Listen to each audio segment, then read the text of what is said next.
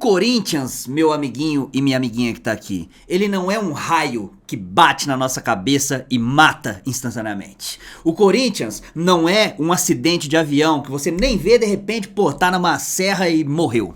O Corinthians não é um ataque fulminante no coração que não dá tempo de chegar no hospital. O Corinthians não te mata desse jeito. O Corinthians é doses homeopáticas, vai devagarzinho, ele vai sugando a sua energia. Ele é aquele envenenamento por vape, sabe? Você tá fumando vape achando que tá abalando, meu Deus, como o vape é gostoso. Aí de repente você tá morto com 85 tipos de câncer diferente ali, entendeu? O Corinthians, ele não morre, ele nem morre no campeonato e nem sobrevive, então ele fica ali, respirando por aparelho. Mais uma partida que foi o puro suco, o típico jogo do Corinthians, fazendo um primeiro tempo bom, um primeiro tempo onde a gente tava ganhando de 1 a 0, poderia ter feito o segundo, de repente come uma feijoada com pé de porco, joelho de porco, orelha de porco e tal, inclusive chupa porco, tá? Tudo isso aí na feijoada, vai lá no vestiário, bate aquele rangão brabo com covinha, com torresmo, com uma caipirinha, aí volta pro segundo tempo morto, um time desgraçado que parece que desaprendeu a jogar bola no vestiário. Aí toma o empate, toma a virada com um gol de bicicleta do maluco lá que talvez nunca tenha feito um gol na vida, nem de dedão jogando na rua. Nem conheço o maluco também, tô só cornetando de maneira leviana. E aí depois que toma o segundo gol, aí sim os caras falam, eu posso correr aqui também, né? Existe a possibilidade de eu correr também. E aí consegue achar um segundo gol, perde uns gols mesmo que não dá pra perder e tal. Tem jogadores que eu já cansei, quantas vezes eu tenho que falar aqui dos mesmos jogadores. Mais uma vez o Yuri Alberto. Aí você vai falar assim, pô, Adalto, você tá perseguindo. Então eu tô perseguindo, então eu tô perseguindo porque eu já não aguento mais este filho da puta com a camisa do Corinthians. O cara não faz nada. Nossa, cara, vou ter que falar a mesma coisa de novo, tá?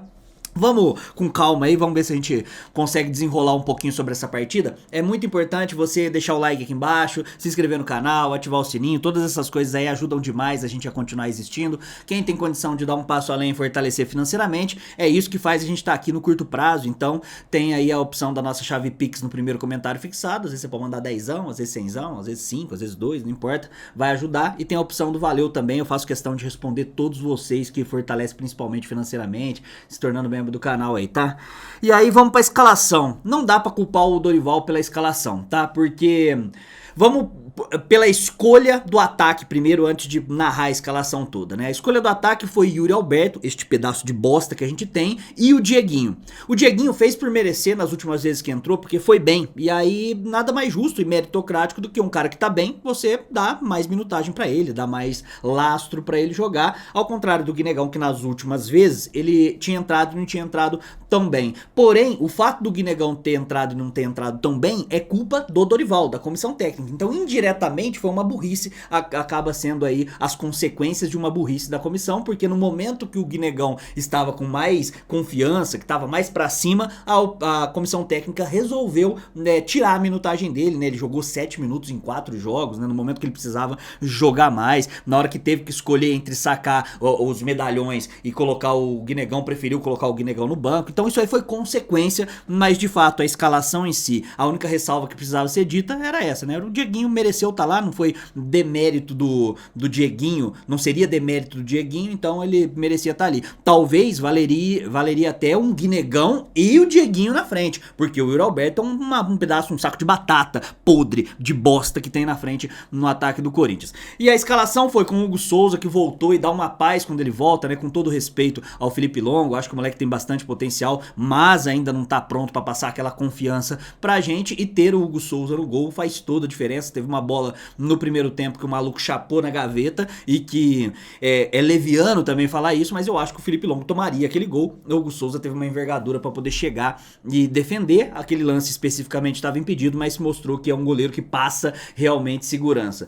Jogou com uma linha com 4, que é o que eu prefiro, é o que eu acho que é mais funcional no Corinthians, tanto que no primeiro tempo a gente jogou melhor com o Mateuzinho na lateral direita, Matheus Bidu na lateral esquerda, Gustavo Henrique e o João Pedro Tchoca, que pra mim é a defesa a linha de defesa titular mesmo, né? O melhor que a gente tem, apesar que da nossa linha de defesa que eu realmente confio, que eu coloco minha mão no fogo, que eu acho um bom cara, que realmente faz jus à camisa do Corinthians, é só o Gustavo Henrique. O Mateuzinho eu acho meia bomba, oscila pra cacete no jogo, primeiro tempo foi muito bem, no segundo tempo foi aquela bosta, enfim, o Mateuzinho é isso, né? Altos e baixos dentro da mesma partida, parece um completo idiota em campo às vezes, tomou um cartão amarelo que me pareceu forçado no finalzinho porque ele tava pendurado, aí o próximo jogo é contra o Fortaleza no Castelão, os caras são um miguezeiro pra cacete, e no caso da lateral esquerda, o Matheus Bidu também oscila entre ele achar que ele é o Roberto Carlos muitas vezes e tentar aquela jogadinha mais floreada, teve pelo menos duas invertidas que ele entrega contra-ataque pros caras, aí tem boas jogadas também do Matheus Bidu, mas os dois oscilam muito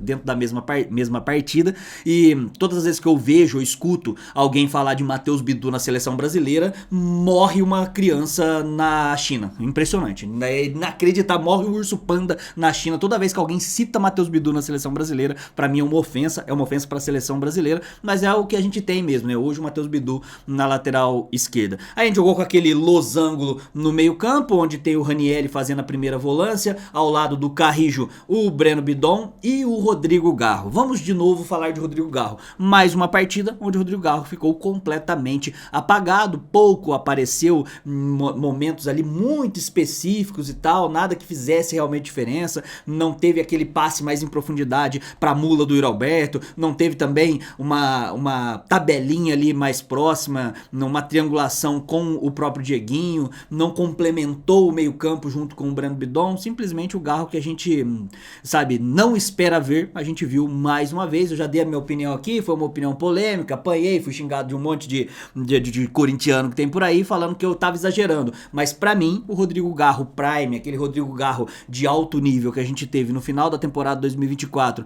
e no Campeonato Paulista, naquela reta final, a gente não vai ter mais por conta de problemas físicos. Não é que ele esqueceu como joga bola, mas simplesmente porque ele não consegue jogar, né? E aí ele tá com dor, você vê que ele saiu, mesmo puto na hora de sair, ele já colocou o gelinho na perna, vai ser assim sempre. Se eu mandasse alguma coisa no Corinthians, eu tentaria, sabe, passar o Rodrigo Garro pra frente como se fosse um maré a turbo que vai dar problema, e já tentaria ver alguma outra coisa no mercado, só que pra ver alguma coisa no mercado a gente tem que pagar transferban e todas aquelas coisas que a gente já falou aqui tantas e tantas vezes. Esse foi o nosso meio campo, um Breno Bidon que também não tava numa noite inspirada, o Carrijo tava um pouquinho melhor, principalmente no primeiro tempo, e eu não entendo também, o Dorival resolveu tirar as peças que eu não tiraria, tiveram um monte de substituições que a gente vai comentar sobre isso.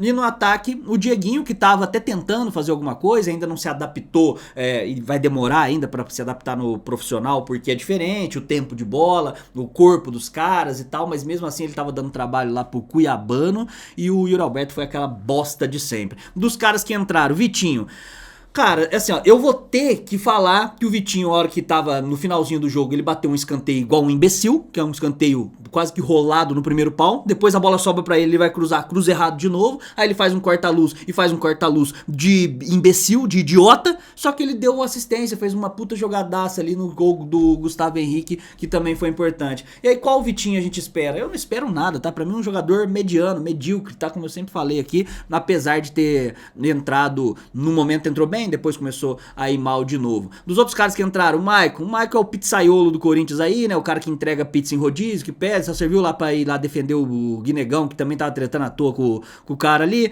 O Angileri entrou, pra mim, entrou bem, mas na proposta que o Corinthians tava fazendo ali, não fazia muita diferença, nem precisava ter colocado 3 zagueiros naquele momento, porque a gente precisava de um jogo mais incisivo. O empate pra gente não era importante, e pro Botafogo era. O Botafogo, com o empate, foi pra zona de classificação direta pra fase de grupos da Libertadores. Pra eles foi bom o resultado ali do empate no final. Pra gente não, o empate não serve, a gente precisa da 8ª colocação, porque na 8ª colocação, dependendo do que acontecer na Copa do Brasil, se Cruzeiro ou Fluminense for campeão, dá uma vaga pra preliminar da Libertadores, é pelo que a gente acaba brigando mesmo, não tem muito pra onde correr, né? E o Corinthians se mostrou ser o time de sempre, o time da temporada toda. Com exceção do Campeonato Paulista, que aquela reta final a gente foi bem, mas nos campeonatos que valeram a pena mesmo, campeonato grande, Libertadores, Copa Sul-Americana, Campeonato Brasileiro, foi essa desgraça aí.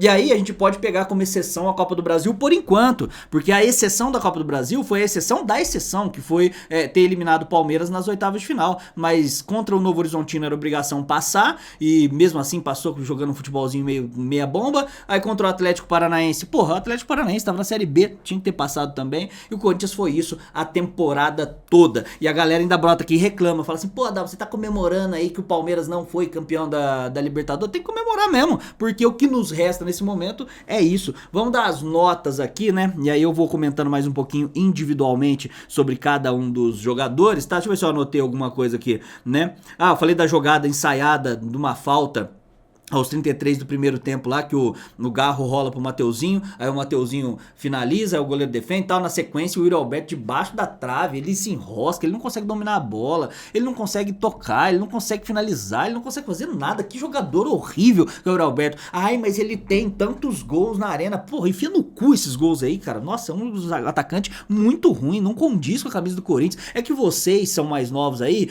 vocês não viram Luizão jogar, vocês não viram Edilson, Capetinha, vocês não viram Tevez, vocês não viram Nilmar, vocês não viram Guerreiro, vocês não viram ninguém jogar bola no Corinthians, então vocês se contentam com essas bosta, vocês se contentam com esses lixos aí, e aí, mas o cara tem mais gol e tal, porra, foda-se, mano, né?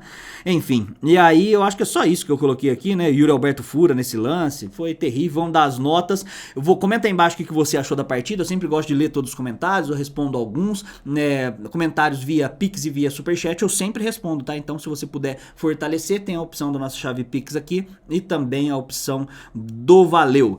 Vamos lá, Hugo Souza, nota 6, fez uma partida segura, passa muito mais segurança pra torcida do Hugo Souza, tanto que teve uma hora lá que ele foi pra dividir, pra proteger uma bola com o atacante do Botafogo, eu falei, não divide não, pra mim eu já poupava o Hugo Souza contra o Fortaleza, já, porra, pelo menos já ajuda a prejudicar o Santos também, já nem vai com o time titular pro Ceará, contra o Juventude mais ainda, joga com o Sub-17, nem precisa do Sub-17 pra perder pro Juventude, a gente já viu isso na prática, mas eu já abriria a mão aí de tentar essa oitava colocação do campeonato. Mateuzinho, nota 4,5. Esses 4,5 é basicamente pelo primeiro tempo do Mateuzinho, que foi um primeiro tempo bom, de um bom nível, que ele estava realmente conectado na partida, só que depois do segundo tempo ele vira o Mateuzinho normal. Nunca se sabe qual Mateuzinho a gente vai ter, se é um Mateuzinho que, pelo menos, sabe, dá pra fingir que é um jogador que presta. E olha só que doideira, assisti a final da Libertadores, e aí o tal do Varela, lateral direito do Flamengo, que lateral direito de altíssima categoria, fez uma partidaça contra o Palmeiras. Cada lance do Varela eu ficava assim, caralho, o nosso lateral, o Mateuzinho, e a torcida ainda paga pau. A torcida ainda chupa o pau do Mateuzinho. Nossa, olha só. É até bom não assistir jogo de outro time, porque quando você não assiste jogo de outro time, você não tem parâmetro pra comparar. E aí, você não tendo parâmetro pra comparar, qualquer coisa serve. Tem um bando de imbecil falando de Matheus Bidu na seleção e tal. Beleza, nota 4,5 pro Mateuzinho. João Pedro Choca, terceira partida seguida que eu acho a partida do João Pedro Choca fraca, ok? Então, ou tá num período aí de oscilação, ou realmente já sentiu essa pressão de jogar a camisa do Corinthians, alguma coisa assim. Nota 2,5, uma partida ruim. E teve uma bola no finalzinho, que foi o Arthur Cabral que tirou a bola em cima da linha, que sobra pra ele finalizar. Pô, olha, na hora que sobrou pro Gustavo Henrique finalizar, ele fez o gol. Na hora que sobra pro Choca, mas ele é zagueiro, ele vai finalizar mal ali mesmo. Mas, cara, tem que ser um zagueiro idiota também, né? Tem que ser um zagueiro horrível, grosso, cachimbão demais pra errar uns gols daquele lá, mesmo sendo zagueiro. E aí eu tô dando nota 2,5 pro Choca. E pra mim, o melhor jogador da partida foi o Gustavo Henrique. Fez o gol, mas defensivamente ele tava muito bem postado mais uma vez. A movimentação tava muito boa, ele tava muito bem colocado, ele tava com a jogada aérea, ele tava presente, enfim, né? O Gustavo Henrique é o nosso melhor zagueiro, mas disparado, tá? O Gustavo Henrique aqui e talvez o João Pedro Choca aqui, o resto tudo na bosta, tá? Matheus Bidu, nota 5. 5 pelo primeiro tempo, por alguns momentos aí, porque ele, como eu falei, ele tenta dar aquele, sabe, uma jogadinha mais sofisticada, com uma categoria um pouquinho melhor, e às vezes ele peca, né? Jogador ruim, tem que entender que é ruim e aí fazer o simples. Se fizer o básico ali, aí não dá nada. Ranieri fez uma boa partida também, nota 8, fez o primeiro gol. Primeiro gol do Corinthians me iludiu, né? Porque começou o jogo, Corinthians marcando alto, alto.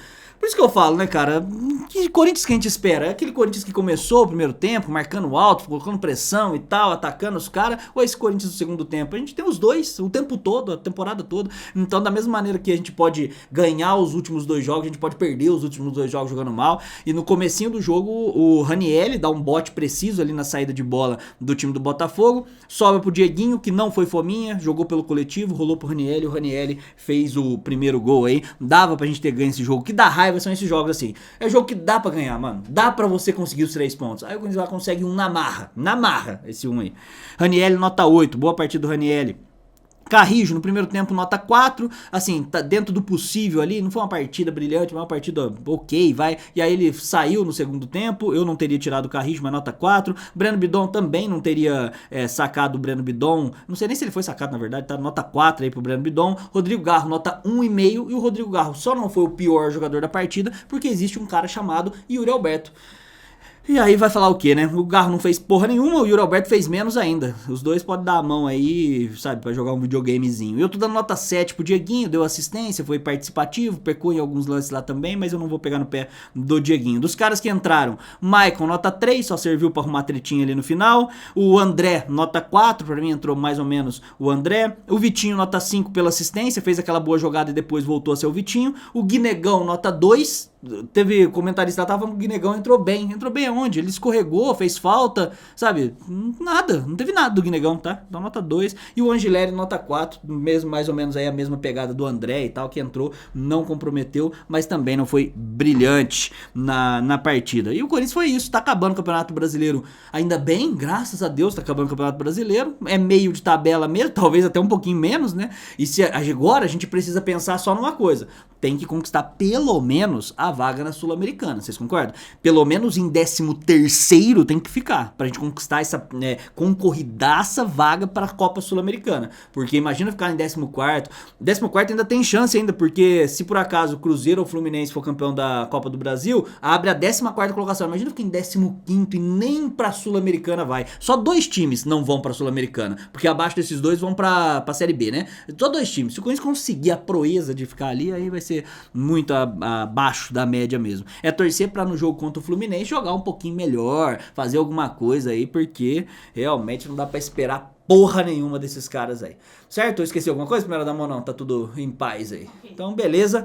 Deixa aí o seu comentário, comenta aí embaixo aí o que você achou da partida, deixa o like, hypa também o vídeo, já clica no botão hypar aí que ajuda também o canal a continuar existindo. Muito obrigado, não esquece de fortalecer financeiramente, hein? Isso aqui é o que dá vida pra nós aí.